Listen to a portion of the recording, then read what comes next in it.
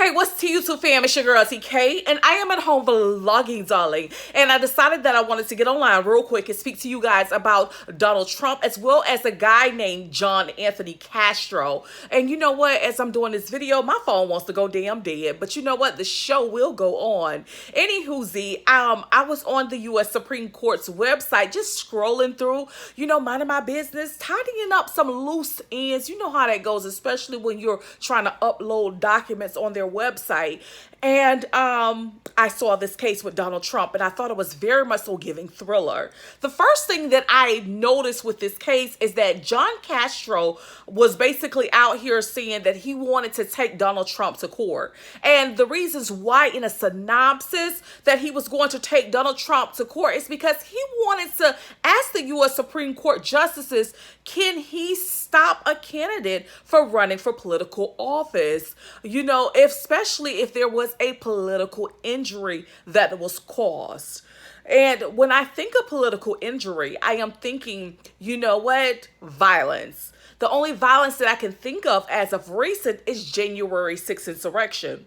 Now, when I think of January 6th insurrection, if we do some more deep diving into this whole situation, well, I want you guys to know that, Donald Trump is already being investigated for January 6th insurrection.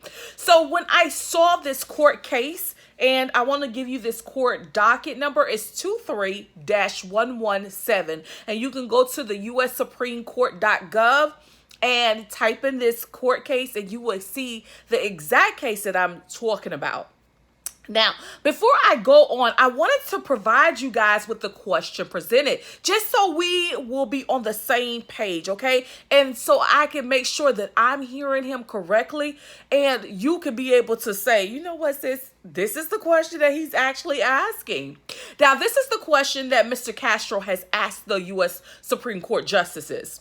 Does a political candidate have constitutional standing to challenge the eligibility, of another political candidate who competes for the same nomination by the same political party to be the political party's nominee for the same political office based on political competitive injury in the form of diminution, hopefully I'm saying that word correctly, of votes. So based on a lesser number of votes. Now, the first thing I want you guys to note here is that Donald Trump, he's having no struggles with the voting, the polls. He's actually doing very well. But one of the things that he is actually doing, what is happening with him right now, is he is actually being investigated.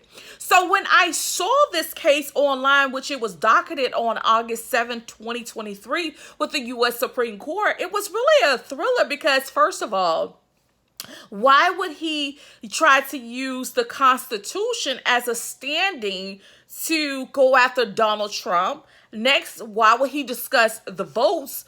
And also, is his television and internet off? Because if it isn't, then he should know that Donald Trump has 4 pending investigations, 4 pending criminal charges against him that is dealing with classified documents, January 6th insurrection, the elections, as well as hush money. So there's a lot of things that Donald Trump is facing regarding indictments. So again, why would he present this question? Why would he be repetitive with the question that he is presenting to the U.S. Supreme Court justices? To me, this is a thriller. You know what I'm saying? It's really a thriller in its entirety that he's asking about the Constitution, how it's standing, and what happens if there is, political injury. Political injury is violence. Well, we already know what happened with Donald Trump regarding violence because he's going through an indictment right now. So why is he re-asking that question? Like, this is the first time we are seeing this question being presented in this mannerism. Is his TV not on? Was he not a part of January 6th insurrection? Or if he wasn't a part of it, did he not witness it online? Does he not have television? Does he not have internet where he can go back and look at clips of January 6th insurrection. There was violence already there. You know what I'm saying? The violence was already there. So what is he doing?